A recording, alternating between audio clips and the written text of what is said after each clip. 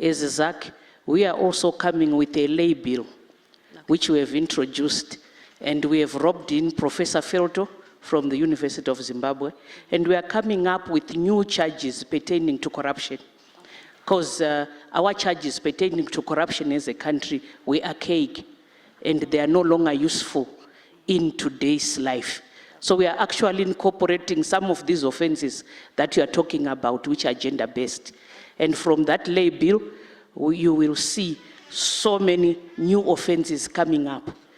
And very soon, you will be, once the Parliament agrees with us and adopts that lay bill, because we are going to push it through the Attorney General's office and through the legislative process, because we realize that we cannot wait for the process to take place from the Attorney General process. So let us be proactive as ZACC, because from the National Anti-Corruption consultative meetings, it was quite clear that there are a lot of offenses which are happening nowadays, which are not covered within our law. So very soon we'll be seeing those laws coming into play.